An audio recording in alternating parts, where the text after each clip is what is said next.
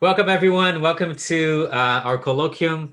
It's really a pleasure to host our own Jeff Nivala for a talk. It's his research faculty interview talk. And as some of you know Jeff, but for those of you who don't, Jeff is a PI and research scientist, senior research scientist at MISO. And he's been with us for a few years now. He has a long history in the intersection of molecular engineering, nanotechnology, synthetic biology. Before MISO, he was in the Church Lab and as a postdoc there. And before that, he was at UCSC, where he was a PhD student in the nanopore group. And in fact, some of his research, is really super, super relevant to, the state of nanopore technology, sequencing technology today, which is actually a reality. You can, do DNA sequencing in a Snicker bar sized device. So he has got a bunch of accolades. One of those that I think is worth mentioning, he was recognized as Forbes 30 under 30 in science. I'm not sure if he's still under 30, but he definitely got the accolade of 30 under 30, which is a pretty selective accolade. So with that, all right, Jeff, please take it away. All right, perfect. Thank you, Luis, for the invitation, and thanks everyone here for attending. Really excited to be talking with you all. So I've been a research scientist here, as Luis said, and working in MISL for the last 3 years. And as most of you are probably familiar with, MISL is a really eclectic group of researchers here in the Allen School, together with researchers at Microsoft that explore the intersection of computer science and molecular biology and biotechnology. And maybe the best way I've heard it described is borrowing from nature to build better computers. So I've been lucky to have the opportunity to carve out some new directions of research within the group, and have been slowly growing a really talented team of students and postdocs that I get to work closely with on some really fun projects. But before I dive into those, I just wanted to just start by introducing a bit about myself. I guess what you would, some folks have termed a salmon. That is, I grew up here in the Great Pacific Northwest. I got my undergraduate degree from UW, after which I moved around the country, swam with the sharks, and now I'm back to where I started, I guess, to spawn and do some science and enjoy this beautiful weather that we have.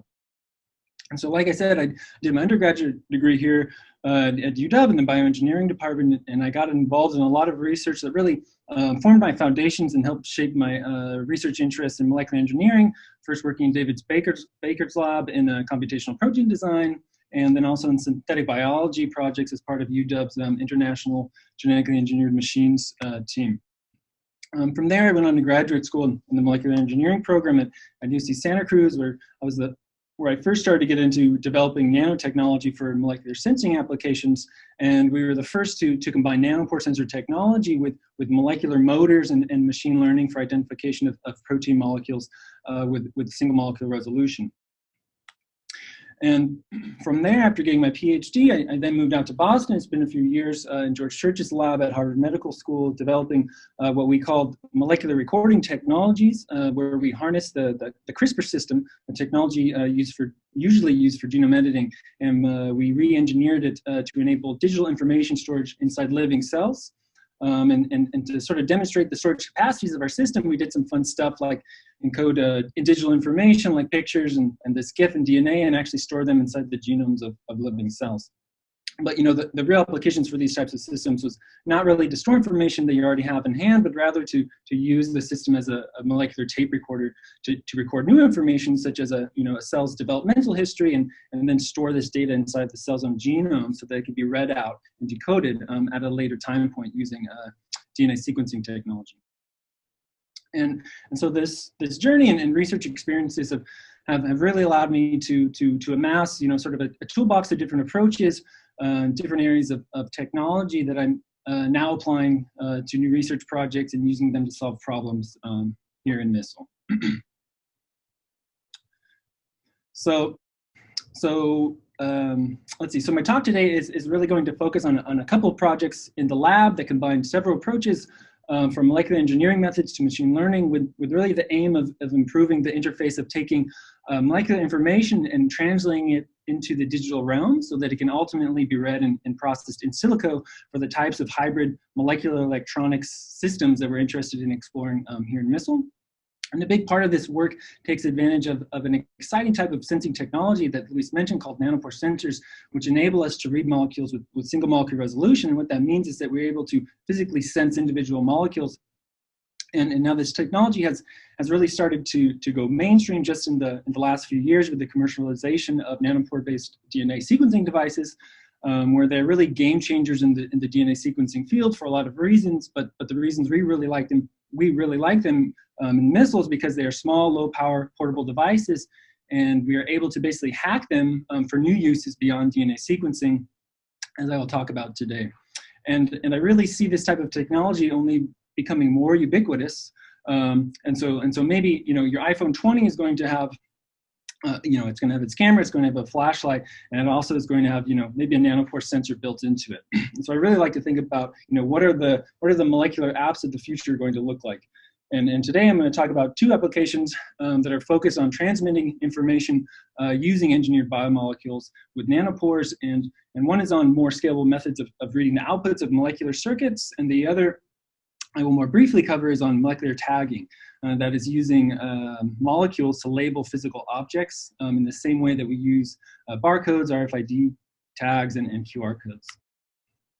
Okay, so let's get into it. What is a molecular circuit? So, well, it's just exactly like it sounds. It's a molecular system that has been programmed to sense an input, do some information processing on that input signal, and then generate a defined output. Right, and so all of this occurs in molecular form, and so that is really one of the things that make molecular computing is interesting. It's not that it, is necessarily trying to compete with all the things that traditional electronic circuits can do. Electronic circuits can process lots of information wonderfully fast, but they have certain fundamental limits. For example, in the types of environments that they can be deployed. You're not going to build a silicon computer that can operate inside of a living cell. And so diving a little bit more down into the basics here, starting on the input side of the circuits. So circuit inputs could be any range of molecule types, small molecules like sugars, larger things like strands of DNA or proteins. Maybe it's detecting a sequence of RNA that is specific to a viral infection, or maybe it's a sequence of synthetic DNA that is encoded with digital information, say an image file or text document. Okay, so the unique thing here is that these molecular inputs are directly interfaced with the processing components of your circuit.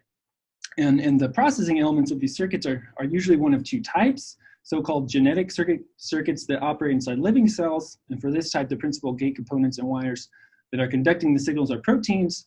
Okay, and the other major type of circuit, the components are strands of DNA. And these types of so-called DNA computers typically operate outside of a cellular environment, say in a test tube or something like that. And now both these circuit types have their own advantages and disadvantages associated with each of them and their own use cases. But the nice thing is that no matter what substrate your physical circuit is made of, they can still be abstracted into a diagram like this, just as you would an electronic circuit. And now one key area in the field of molecular programming that has really advanced in the last decade is our ability to design these circuits at scale. With the advent of CAD tools like the one I'm showing here called Cello, that actually enables users to specify a desired circuit behavior in Verilog code. It then parses it, synthesizes the required logic, and then outputs a molecular design, simulation, and the physical parts that it actually needed to build that circuit. And I'm just showing you another CAD-like tool for DNA-based circuits here called Visual DSD. But basically the bottom line is that scalable circuit design has made a lot of progress on the molecular side of things. So, but there is a dirty secret to these molecular circuits. And the secret is that when you actually build and test a lot of these designs, there's a good chance that they will not actually work as intended. And not surprisingly, this chance increases with the complexity of the circuit, as the Cello paper nicely showed here. And unfortunately, this isn't such a secret for those that actually work in the molecular programming field. And there can be a lot of different failure modes, things like unintended side or cross reactions, poor quality of synthesis of your molecules, or maybe your real world reaction conditions really just aren't being properly accounted for in your model, things like temperature, concentrations. Okay, so the question is, what is the first thing that you're going to want to do if your circuit isn't working?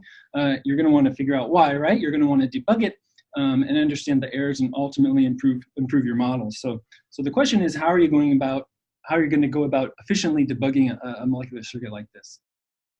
Well, if this was an electrical or electronic circuit, you could use something called a logic analyzer, right? And this will allow you to measure the state behavior of every component of your circuit in parallel. Super efficient, fast, scalable way to go, aha, okay, that is the gate that is messing everything up, let me tweak it. Okay, so how about a logic analyzer for molecular circuits? Well, how do we measure the outputs of these circuits in the first place? And that brings us to the output side of things. So outputs pretty much come in two forms. There's actuators, that is, the output is something that goes on and does something else in the circuit or in the environment. And the other type of output is something called a reporter. And a reporter is really any sort of output that has been specifically designed to provide a fast, convenient readout so that you can easily observe it, okay? In the case of an electronic circuit, it could be something as simple as a light bulb. All right, now let's just dive in, take a simple example of a molecular circuit. So this here is a cool example of a genetic circuit that was designed to treat diabetes, right? So naturally, there are cells in your pancreas that respond to high glucose and hormone levels in your blood by outputting insulin, which signals to the rest of your body to start intaking glucose to drop blood sugar levels. Now, in one form of diabetes, your body stops doing this. So to treat this, what these researchers did is, they engineered some cells with a synthetic gene circuit that takes insulin and a particular hormone signal as inputs and then outputs insulin. Now, the exact molecular parts they use for this, right, is not really important, but what's important here is that you can abstract this design as a simple AND gate as shown here, where sugar and the hormone are the two inputs, and the output insulin is an actuator, right? It's going off doing something in the body, and the really cool thing, the researchers actually implanted these cells inside diabetic mice, and it actually worked. So promising approach to treating an illness using a programmed molecular circuit. But these researchers were careful. First, they didn't just make the circuit and immediately implant it inside a mouse gut. They did some testing inside of a test tube to make sure that it worked, and they tuned it how they wanted it to perform. And so using a reporter molecule as output is the convenient way to do this. Now the question is, what's sort of the equivalent of a molecular light bulb, all right? So the clue here is that if you look at what they're measuring here when they tested their circuit on the y-axis, is the output is not insulin levels, they're actually measuring fluorescence. So what exactly are they doing? Well, they're using something called a fluorescent protein, and it's quite literally like a molecular fluorescent light bulb. It's a protein that has a special structure inside of it called a chromophore that gets excited by a high energy photon and then emits a low energy photon. And it's sort of this difference in excitation and emission wavelengths is known as the soak shift. And what this does is enable you to measure the emission intensity coming out of your circuit using an instrument called a fluorometer. Okay, and you can quantify your output level. So if your output state is 0, you're going to measure low levels of fluorescence, and your output is 1, you're going to see relatively higher levels of fluorescence. So pretty simple. And again, this is happening with proteins, because in this example, it's a genetic circuit inside a living cell. So the wires and the outputs, like I said, are proteins. But fluorescent molecules are also used as a reporter for DNA-based circuits. But they're not proteins. They're small molecules called fluorophores. But they can be attached chemically to strands of DNA, but the same basic principle of fluorescence detection still apply for these DNA-based circuits. Now, another really useful thing about fluorescent proteins and fluorophores is they come in different colors. So each color variant has its own excitation and emission spectral profiles, with some of the examples shown here. So what's powerful about having these different colors is that you can now start to measure different gate outputs simultaneously. And getting back to the molecular logic analyzer analogy, we can start thinking about plugging these fluorescent proteins into our circuit for parallel gate debugging.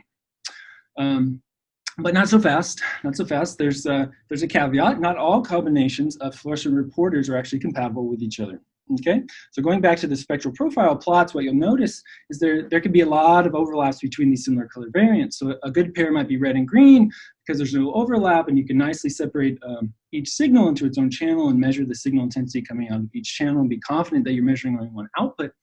Now, a bad pair would be something like yellow and green. There's going to be a lot of spectral bleeding between these signals, and you can't separate them into nice clean channels. So when you take this into consideration, the number of fluorescent reporter outputs that you can actually multiplex together becomes quite limited, and practically speaking, you're down to only around 3 measurable outputs. And even then, the optical setup that you need to do this sort of measurements becomes quite complex and expensive, because you're starting to need now multiple sets of excitation and emission filters as part of your optical setup. And again, the same principle applies to the small molecule fluorophores used in DNA circuits. It's a little bit better. Maybe you can squeeze in 4 or 5 different channels. But really the bottom line here is that these fluorescent reporters really limit the communication bandwidth of your molecular systems with your electrical systems. So, because you're ultimately going to feed everything back into your electronic computer, to save, further process, and of course make sense of the data. So I like to think about this problem as, really needing to build a better molecular to digital converter. Okay, and this is where a nanopore sensor comes into this interface, where I think about it as sort of this pocket-sized universal molecular digital translator that can take molecules in and spit your digital bits back out. All right, so what's a nanopore sensor? Nanopores are these tiny nanometer-sized holes within an insulating membrane, and they come in 2 main varieties. The first is known as the biological nanopores, and these are made out of proteins or more recently even engineered DNA origami. And the other main type are known as solid-state nanopores, which are fabricated by punching a hole in a material such as silicon nitride or graphene.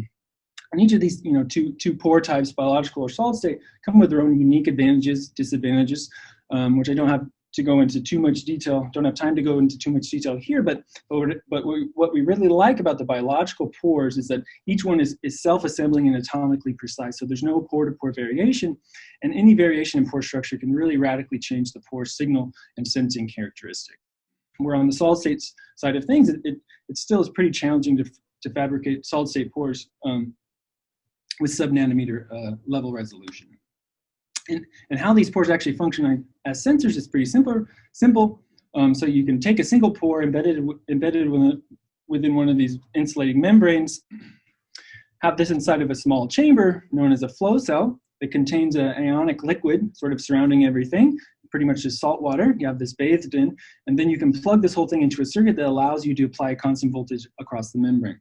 And what this does now is drive ionic current flow through the pore in the form of salt ions, molecules like potassium and chloride, and you can measure this ionic current flow through the pore over time, and this constitutes your signal. And the key here now is that if a larger molecule, say something like a strand of DNA, goes into the pore, it'll end up blocking the current flow through the pore, resulting in an ionic current blockade that you can measure, right? And so this current blockade is where your interesting signal data is at. All right, and the technical term that we like to use for this is a squiggle, and its signal characteristics you can kind of think of as a signature of the molecule that was inside the pore, and so it potentially enables you to identify the molecule based on that signature. Okay, so what we're getting really is direct conversion of a molecule's structural information directly into electrical signals that we can then decode. All right, so we're going to blast from the past here. Let's rewind. This is my experimental setup that I had to use when I was in grad school to fabricate and perform these nanopore sensor experiments. And as you can see, there's a lot of complex and expensive instrumentation, a patch clamp amplifier, microscope, Faraday cage, fluidic systems, vibration tables, etc. Tens and tens of thousands of dollars worth of stuff. So that is to say that there's a lot of infrastructure and expertise required to build a nanopore sensor. And here I am, in grad school, essentially chained to one of these rigs, trying to perform these experiments and get data from one of these nanopore sensors. And let me tell you that it was really more art than science that went into getting these things to work. And so a lot of trial, error, failed experiments, and so it was often a real struggle to get these sensors to work. And even though I really saw the potential applications for these sensors, I swore to myself I wasn't going back to them after graduate school, not only because it was hard to imagine that this sort of technology was ever going to be scalable and readily usable by non-experts, so sort of real-world impacts seem limited at that time. Now, fortunately, there was a company that also saw the potential of these nanopore sensors, Oxford Nanopore Technologies, and they were working around the same time in developing a nanopore sensor devices that were scalable, portable, and inexpensive. And they were and still are mainly focused on developing this technology for DNA sequencing. And it took them, over 10 years and close to $1 billion in R&D funding. But these nanopore devices are now commercialized as DNA sequencers. So their devices, like the one shown here, have an array of hundreds of pores. The rig I had one pore, and so they have hundreds of independent nanopore sensors running in parallel, and a whole device like this can be powered by a laptop and stream sensor data directly into your computer in real time. So looking at the setup that I had to use compared to these nanopore devices that are available now, it's really like an alien technology. And I mean, my students now can collect more data in an afternoon using this technology than I did during my whole entire PhD career. And so these devices are the ones that we work with in Missile now. And just to make clear, my conflicts of interest statement, we've now been collaborating with, and I've now been collaborating with and consulting for Oxford Nanopore for a number of years. And they do sponsor some of our research that we do here in Missile. And this has really helped us get some of these projects off the ground. So now we can take a deeper look underneath the hood at one of these devices. And they are essentially a microfluidic chamber that you can pipette liquids into. And a portion of this fluidic chamber, known as the flow cell, sits on top of that nanopore array, where each pore has its own dedicated ASIC that is used to measure the signal coming from each of these pores individually. Now, the really cool thing about the technology is that it's very scalable. So we typically use the devices shown in the middle here that can plug into laptops, and they have around hundreds of pores, but they're also larger devices with hundreds of thousands of pores that can be used for large-scale genomic sequencing projects, and it goes all the way down to the other end of the scale with devices that could be plugged into a smartphone. And though these smartphone powered devices haven't quite hit the market yet, that future is pretty close, and that's what really gets us excited as we see these technologies having broad impact for ubiquitous molecular sensing and computing applications. And I should also mention there's a number of other companies coming on the market or doing their own nanopore research and trying to come onto the market with their own devices. So I would expect many more types of systems to come online. Now, going back to thinking about how nanopores fit in with the molecular circuits interface, I'll tell you now how we tried to solve this problem of making this molecular to digital interface more scalable. So we have two different flavors of nanopore circuit reporters. One is for the genetic circuits that are using protein-based reporters, and the other is for DNA-based circuits. So they're made of DNA. And in general, we can call these nanopore tags engineered as reporters, or nanoporters for short. And of course, the hard work to push these projects forward and the great work were done by these students here, Karen, Nick, Katie, and Erilyn.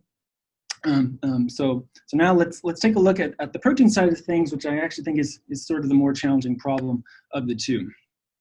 So the question is, we built a genetic circuit. It's output some reporter protein that we've engineered it to, and then you've put your sample, containing your circuit components into your nanopore sensor flow cell. The question is, how is this protein actually going to be detected by the sensor? Well, it needs to find its way into the pore. Now, for a typical protein, it's really not likely to find its way into the tiny nanometer-sized pore, right? It's just not very energetically favorable. So what we've done to overcome this energetic barrier is we've genetically engineered this reporter protein to have a long, flexible, negatively charged peptide tail.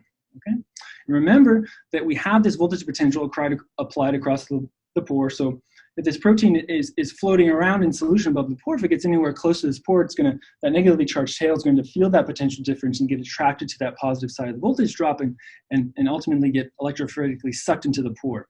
Now, it doesn't go all the way through the pore because it has this bulky folded domain, and I'm showing here, that prevents it from going all the way through. So it's basically stuck in this state until we reverse the voltage and we can kick it back out. Now, looking at the nanopore signal side of things, we can easily detect when our reporter protein gets stuck into the pore. When there's no protein in the pore, the current is free flowing through the pore, and so we're reading a high current level. And then when that protein is in the pore, that current level drops now because that tail is blocking some of the current. And you can basically just think about this now like plugging a resistor into this part of the circuit, okay?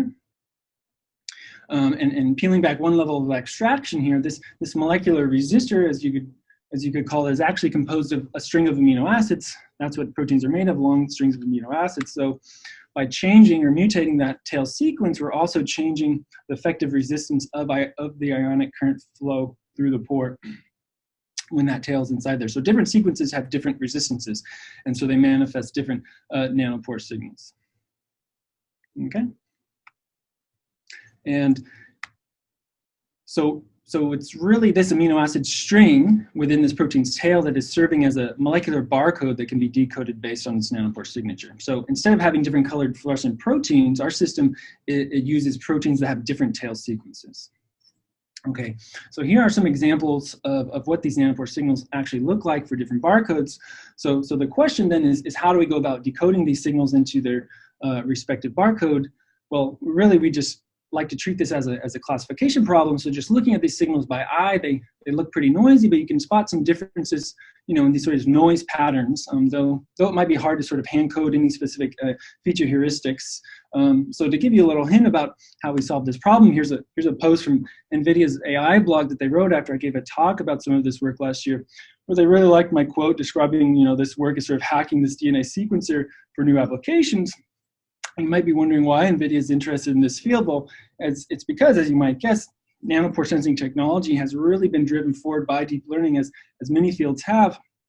And so it's a really powerful means to decode these noisy nanopore signals now. And that's exactly the approach that we're taking for this problem, is basically we treat this as an image classification task, where we can just reshape this 1D time series data into a 2D array and use a pretty modestly sliced CNN model to do classification on the nanopore signal directly from its raw signal into its barcode class. And with this, we can achieve anywhere from 80 to 95% single molecule accuracies, depending on the set of how large are the barcodes, set of barcodes that we're considering.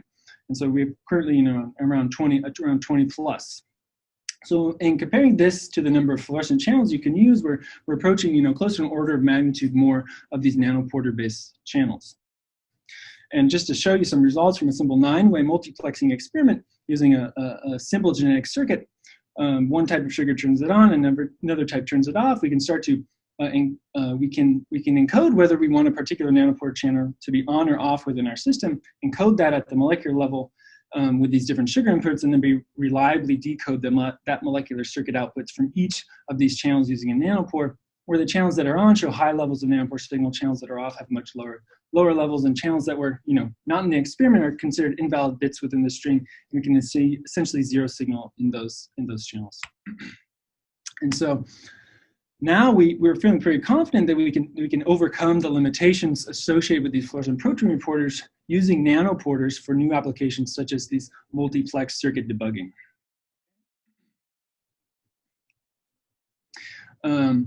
And we've started collaborating now with some of the world leaders in synthetic biology and genetic circuit design. They're really interested in this technology. And we've come up with this idea of sort of this standardized debuggable transcriptional unit, or DTU, that can be used for this type of debugging. And we recently got funding from this project from the Royal Society in the UK. Okay, now switching gears over to the right side, on the DNA circuit side of things, I just wanted to mention that first, that DNA circuits can do some really, really cool things as well, and we do have some of the world leaders in DNA computing here in the Allen School with Georg Seelig and now Chris Stachuk, where some applications have been demonstrating disease diagnostics, things like classifying an infection as viral or bacterial, or even diagnosing cancer, as this recent paper did on the right. And most of these problems to date are essentially binary classification problems. But actually, these DNA-based classifiers can actually be scaled up pretty high, for example, to implement a molecular neural network that can solve a problem as complex as MNIST classification in molecular form. That is to say, they also have a lot of potential as multi-class classifiers. But just take, for example, the results of this paper that was doing this multi-class MNIST classification. The way that they had to actually measure their outputs was actually really tedious, because they had to work around this fluorescent bandwidth problem at the output level. Okay, so just to make a long story short, what we've done now is come up with an alternative approach to reading out DNA-based outputs, very similar to the protein-based approach, where we've specifically engineered DNA output strands to be read out with a nanopore. So instead of having output strand react with a reporter gate and trigger fluorescence as shown on the left, we're instead directly detecting the output DNA strands from these circuits using a nanopore sensor. And without going into too much detail, we can obtain similar results to these traditional fluorescent reporters using a fluorometer. With the advantage of our nanopore-based readout is now much more amenable to multiplexing these readouts while still being able to get the kinetics of these reactions in real time, which actually can be really important for a lot of these systems, especially when you're in the debugging stage of these circuits.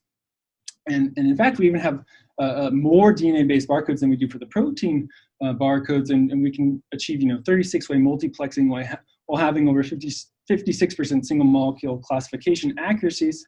It's not too bad for a 36-way classification problem, but we can also scale the number of barcodes according to the desired level of accuracy needed for a given application, going all the way up to 95% accuracy in a 10-way barcode classification problem. And we're starting to get really excited now about using these new reporters in applications such as the one shown here, where we're collaborating with Jason Hoffman, a student in the UbiComp lab, to use our nanopore system in ubiquitous diagnostic applications. Say, for example, multiplex detection of viral infections, where you can start to imagine the power of being able to use, these smartphone-powered nanopore sensors as the diagnostic readout, as opposed to, traditional bulky, expensive instrumentation that you might find in the lab. And these sorts of apps, of course, would come in pretty handy at the moment. So in summary of this part of the talk, what we've designed is a new classes of reporter molecules that really expand the bandwidth of the molecular to digital interface by close to an order of magnitude, and we can probably keep going further.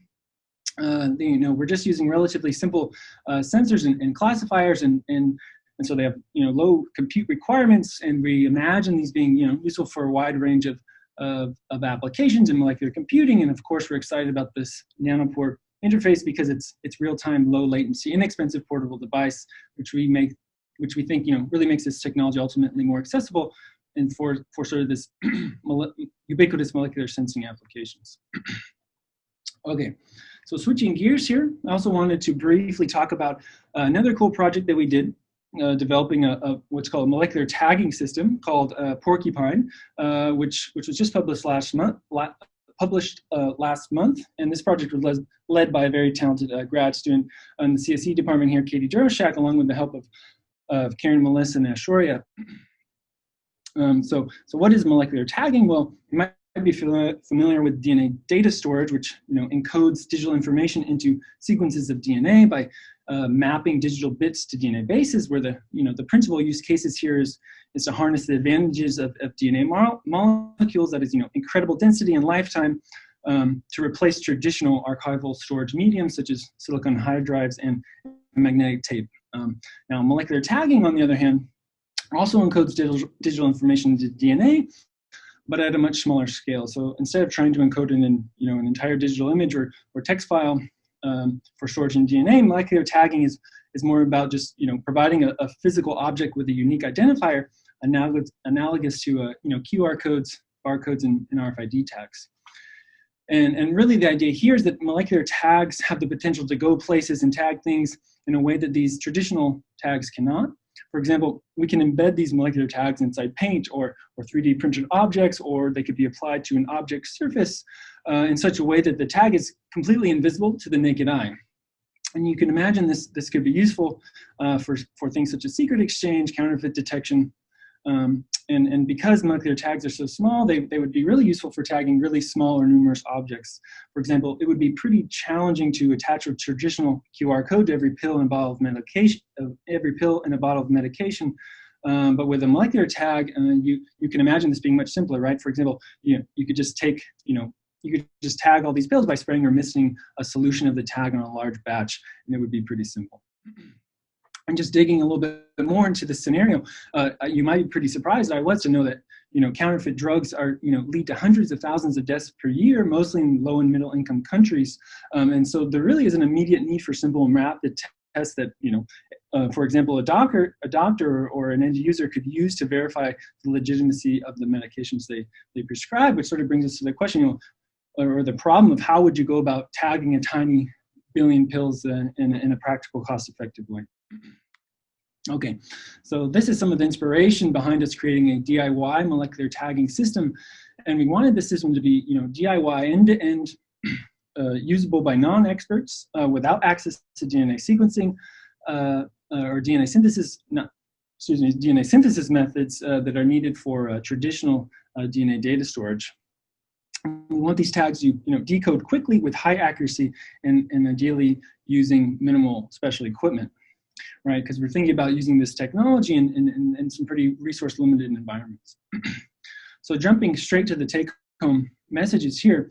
The porcupine system is basically composed of a set of DNA strands that were designed to be easily decodable using a nanopore sensor device.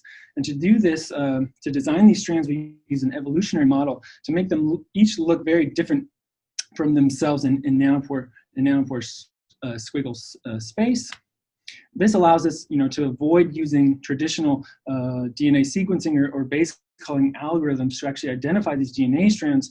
And instead, we can just use, another simple CNN-based classifier to directly classify these signals or these strands of DNA. We call them molecular bits or molebits with really high accuracy and low latency. And we used a one-hot encoding scheme based on the presence or absence of these different DNA strands or molebits, and the system is the current system that we have is capable of creating up to 4.2 billion unique tags that can be custom assembled by an end user, starting from a small set of pre-synthesized DNA fragments. And each tag has less than a 1 billion chance of incorrect error decoding due to the use of error correcting codes in our encoding scheme. Basically, we use a random generator matrix to embed our message that we want to encode within a larger code word. Okay, and what I think the really cool thing is that after this tag has been applied, dried onto an object, all the user needs to do is rehydrate it in water, put it into a nanopore, and the decoding can happen in less than 10 seconds of analysis time. So this is super fast, simple molecular tagging system, a way to read out a molecular tag that from a system that has this much encoding capacity. And finally, we've done a little bit of stress testing of these tags by applying them to paper. We shipped them down to some friends in California, and they were still able to correctly decode that tag even after it had been out in ambient temperatures for over 4 weeks. And so I really just like to encourage you to take a look at this paper if you want to learn more about this project. Okay. Moving on from that, a few other things important points I'd like to quickly address is that because these tools that we're developing are pretty interdisciplinary, sort of off-label use cases for these technologies, particularly for the nanopore stuff, it's important for us to be able to make these tools more accessible, enable folks from outside our lab to use them. So towards this goal, we've been working hard to one, make our computational tools open source, accessible to a wider community, and we've put a lot of work going end to end to build our system, starting from designs from the ground up at the molecular level to building our own signal processing tools, machine learning, and biophysical models. And so one such computational pipeline we're building to support the nanoporter work is called Portitioner, that will enable end users to go end to end from fabricating the correct molecular designs all the way to deploying our models.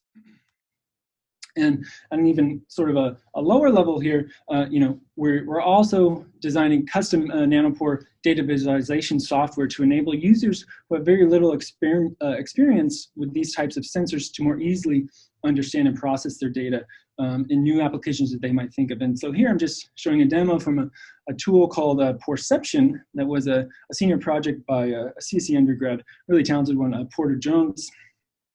And I do apologize for all the poor puns that have been in this talk, and they just keep going. So in summary of everything I've presented here today, I hope you are convinced that we've started to make some impactful progress in improving sort of this molecular digital interface for molecular computing applications. And so the natural next question is sort of, okay, what's next? And in my opinion, the next question is can we start to close the loop? Can we start to build systems that just don't go one way or the other, but are capable of sort of this bi-directional communication from not only molecular to digital and back again, and really enable sort of the seamless, high bandwidth, low latency closed loop operation that would be really valuable to have within a hybrid molecular electronic computing system.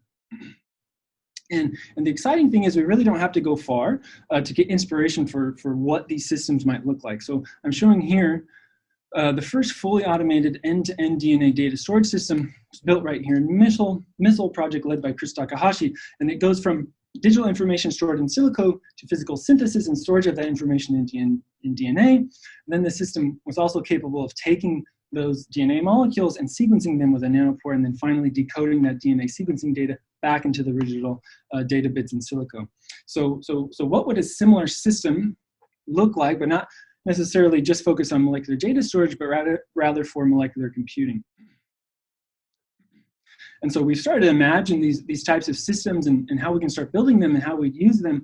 And so they'd look at an abstract level, something like this, where you'd have an electronic computer at the head of this loop running dynamic control programs that can control fabrication of molecular components and run molecular level protocols on the wetware side of things. And then the output of these molecular circuit components would interface back with the electronic computer through the nanopore sensors technologies I talked about today. And so actually there's a lot of progress happening already towards building the components of this system. So up in the corner here is the purple drop microfluidics system, which is really the foundation of this vision for automation that combines computation and fluidic manipulation with a high-level programming model and a runtime system called Puddle, showing in the bottom right, that's been developed by grad student Max Wilsley. And can provide basically a high-level API for the microfluidic system, or even for a more traditional pipetting robot-based system, showing up in the corner there. And on the molecular circuit side of things, we're really reimagining how to do molecular fabrication on demand. And so this part of the system, this interface now going from the digital, going between the digital and the molecular system components, we're designing it as an electronically actuated molecular fab that can essentially be used to program molecular circuits on demand. And you can kind of think of this like an FPGA, but for molecular circuits, where the molecular part instructions we can pattern onto dense electrode arrays, and then these electrodes can be individually actuated to fabricate specific sets of molecular parts or logic gates.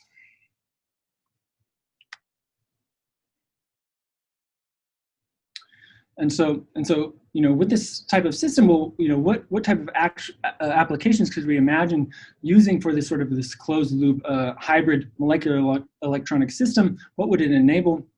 Well, the first thing we're excited about, and that is really a natural extension to the work I presented today, is that a system like this would enable closed-loop molecular circuit fabrication, debugging, and tuning. So, for example, a user could start with their molecular CAD designs, and the hybrid system, could build, test, and ultimately learn from its own data. And this loop, could be repeated until a specific function or activity metric is achieved.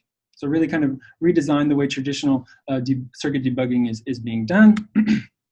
And this sort of closed loop iterative exploration of biological design space could also be a more interesting, maybe a more efficient means of achieving a particular design constraint.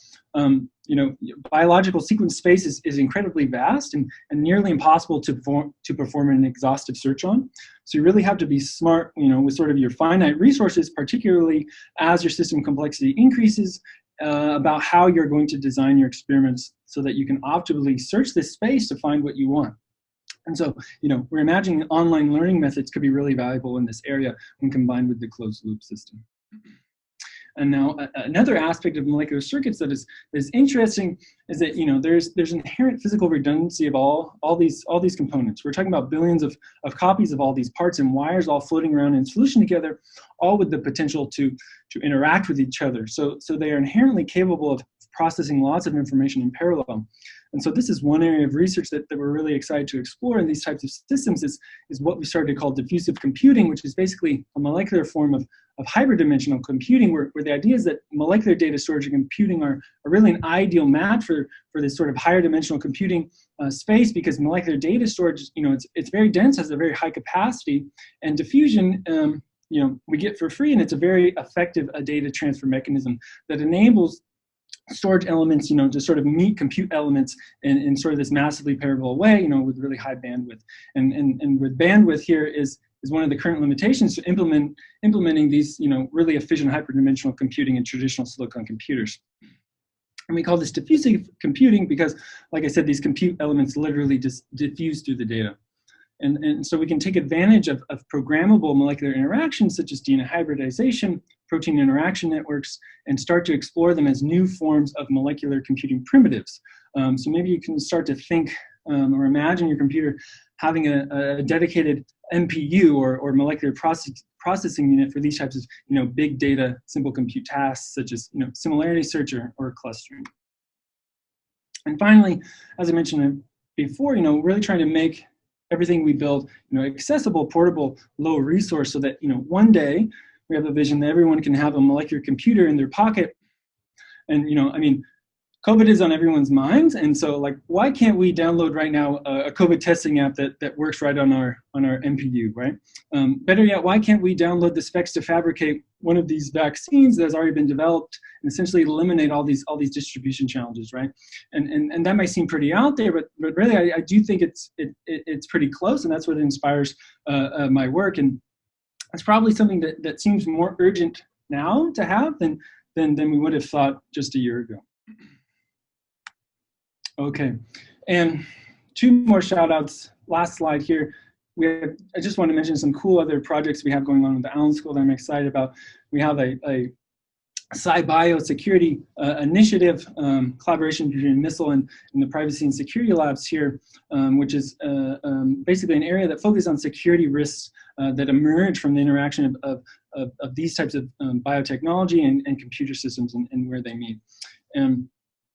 And also we're excited about, future of using machine learning for molecular design. We have a collaboration here with Kevin Jamison's group of combining new high throughput experimental assays that we're developing in Missile with machine learning for new ways to predict molecular interactions and design molecules.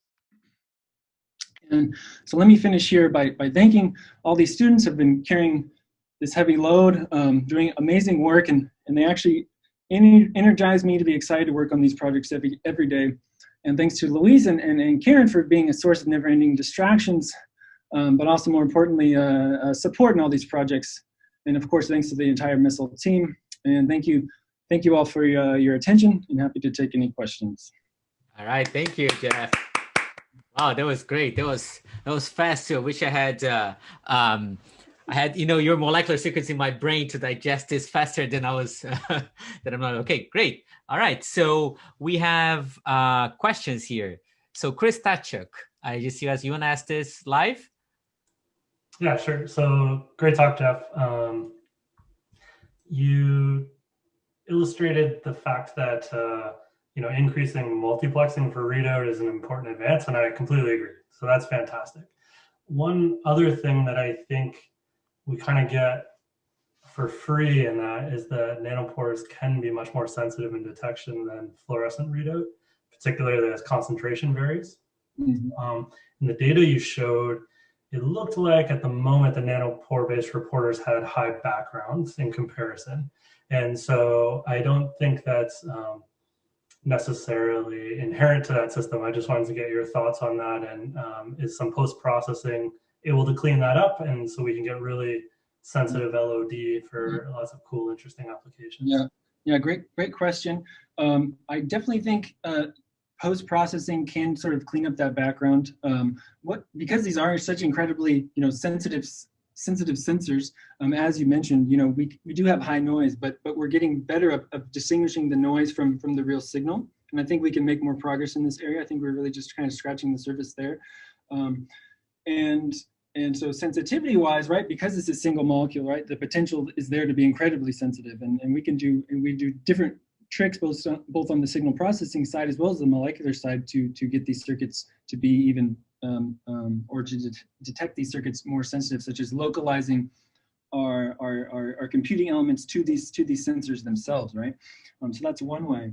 Another thing I didn't mention compared to fluorescence reporters is that another thing with these different fluorophores that you might know about is the signal intensities can be very different between different fluorophores, so it's hard to normalize across them. Whereas the nanopore actually, we don't have that same problem. So I think that's another advantage there, as far as the nanopore goes. But yeah, we're not doing any tricks with that sort of signal normalization of I think a lot of these fluorescent reporters are normalizing their signals 0 to 1. So like they're kind of abstracting and not really giving you the raw data. For most of the stuff right now, we're just doing raw data. Yeah, I think there's a lot of potential there. Awesome. And we have one more super fun question from Magda. Magda, you should ask this one because it's so cool. I don't want to take credit for it. You wanna ask live? Sure. Yeah, I was just kind of thinking about how do software upgrades work in this environment? I mean, you briefly talked about like FPGAs analogy in one of the slides, but I was just kind of thinking in general, is it just like we let things biodegrade and just produce a new circuit? Or yeah, what are your thoughts on that? Yeah, that's a really cool question. I agree. So I think because yeah, it's sort of, it depends on your platform. So a new circuit, if it's you've already produced that circuit, there's not really a good way to take that molecular circuit and then change individual parts of it. It's easier to just let that one biodegrade and just design a new one. So something like I showed for that that field programmable molecules, that would be something like where you have a pre-patterned chip that might have 100 different molecular parts on it, and you're kind of limited to whatever circuit you're going to build is going to be composed of those 100 parts. And the software upgrade would probably say, okay, give me a new chip now that has 200 different parts on it now, because someone's come up with some new technology there. So I think that's kind of how I think about it. Oh, great. Awesome. Now we have a follow-up question to Chris's from Curtis. Curtis, also a cool one as well. You wanna ask live so we can hear your voice? Great. Yeah, the tracking of drugs, tagging, I should say, was the thing that grabbed me the most here. And I'm really curious about how, I guess you could consider it attacks against that. I could imagine diluting the drugs, or I'm trying to remember what the word is for the opposite of diluting, where you bring more of it together. Sort of a simple binary classifier would be insufficient for such a case. You also need to know kind of the amount, I guess. And I'm curious how the systems as written could react to this, and maybe any ideas you have for mitigating these. Yeah, sure. So what I think about that is basically because these are single molecule sensors, we're getting free quantitation because we're literally counting every molecule that we observe. So measuring things like quantitation is actually not too hard for our system. So you can imagine if someone is taking, they took a real batch of pills, they took all the tags off that, and then they spread it across 10 batches of counterfeit pills. What you would see then when someone checks that tag, it would come up at a much lower concentration than you're expecting, right? So that could be one way to sort of mitigate that type of attack. Hey Jeff, when I see the closed loop design build test there, what comes to my mind is auto tuning, right? So whether we are in the age of auto ML, right? So or auto everything with ML in the loop to go and automate engineering tasks. So do you see a path here to using that not just to collect data and build models, but also to close a loop there and influence the molecular system and instead of designing them precisely, sketch a design and let it evolve faster? Yeah, exactly. Because ultimately you might not really be you're not concerned as a designer necessarily about the individual circuit components and how they're tweaked and what they're composed of. What you really care about is that final metric, your final output. What is it going to be? So yeah, I could definitely imagine that it's sort of like maybe you have a very, very undefined parts list, and you're just setting a single metric of saying, okay, give me this biofuel, let's say, for example, or this metabolic product, and essentially this system, if it was online, could sort of learn and auto tune itself towards this goal. But yeah, auto tuning I think goes hand in hand with this closed loop sort of experimentation. Cool. And one follow up question on nanopore. It's not exactly a follow up question, but I'm just curious, what do you see as opportunities to improve nanopore sensors themselves with the ability of designing molecules now and ability to treat signal better? As we know, nanopores are great, but they're very finicky if you don't ship them right. They don't work as well. Like, do you see them getting better because signal processing is getting better because you're going to lead with maybe a mix of your molecular circuits? Or I think the major breakthrough that's coming with nanopore sensors is moving them to solid state. So right now, the ones that are on the market are composed of biological nanopores, actually protein-based nanopores. So these are much more fragile, right? Right now, they're the best because, like I said, they self-assemble. They're all atomically precise because they're folded proteins. So that's nice. But they're finicky. So if we can move to solid state, we can get better ways to fabricate solid state pores with sub-nanometer resolution. Then we can kind of do away. They'd be a lot more stable for these type of applications. And I also imagine the arrays that we could make with them could be much denser. Because you're not dealing with things like a lipid bilayer or anything like that. Mm-hmm. It'd be much simpler. Yeah. That makes sense. Thank you. Hey Larry, you want to ask a question? You want to ask live? Sure, I'll ask Clive. I was curious as to whether there are any thoughts about potential adverse biological activity of these synthetic tags that you're putting on pills, for example. Yeah, good question. So, of course they have to be tested and things like that, and be approved and verified that they're safe. But I don't see any reason why they would not be proven safe. Basically, we take a bite of a sandwich, we're eating tons of DNA. DNA is all around us in our environment, so there's no reason. The necessary synthetic DNA, it's composed of the same molecules and things like that as natural DNA. But as I sort of talked with Magda earlier today, is we should still screen these sequences, for potential known biotoxins, right, or something like that. We don't want to have a piece of synthetic DNA that we are encoding data into and said, oh, this piece of DNA also encodes for anthrax toxin. We should have checked. So I think these sort of simple safety measures could go a long way of sort of mitigating that potential. Or toxic peptides too. Toxic peptides. Yeah. Great. Yeah, cool. Thanks. Yeah, important question. Thank you, Larry. Okay, yeah, we got a question from Phil. So Phil wants to learn more about the diffusive computing slide that you talked about, Jeff. So. Yeah. So, I think it's a lot like, I know Phil is, and hopefully a lot of people are, it's sort of a Callie B's project where she's using DNA hybridization as sort of a molecular proxy for doing similarity search. So data files that are similar, have similar, properties, that basically gets encoded into DNA molecules such that similar strands of DNA represent these images, and they were more likely to stick to each other, right? And so basically, using the idea of the protein-protein interactions, right? Those are sticky, just like DNA molecules and stick together. And so exploring that sort of encoding data features into interactions between proteins is really just similar to doing it with DNA. But the reason why I like proteins is because these sorts of interaction networks, biology has evolved proteins to do really complex interactions. DNA is really more of a storage medium. So that's why I think there could be a lot of untapped potential of exploring these systems at the protein level, though it is easier to do at the DNA level. And Phil, being from David Baker's lab, would know better than anyone that we're starting to be able to design these proteins very specifically. And so there could be a lot of cool potential there. Yeah, it's so cool. Awesome. Okay, with that, so thank you again, Jeff. Thanks for the talk. And the talk was recorded as well. We'll send a link to folks that might have missed it. All right, thank you, everyone. Enjoy the rest of your day. Thanks, Jeff. Enjoy the rest of your meetings. All right, thank you. Thanks, everyone.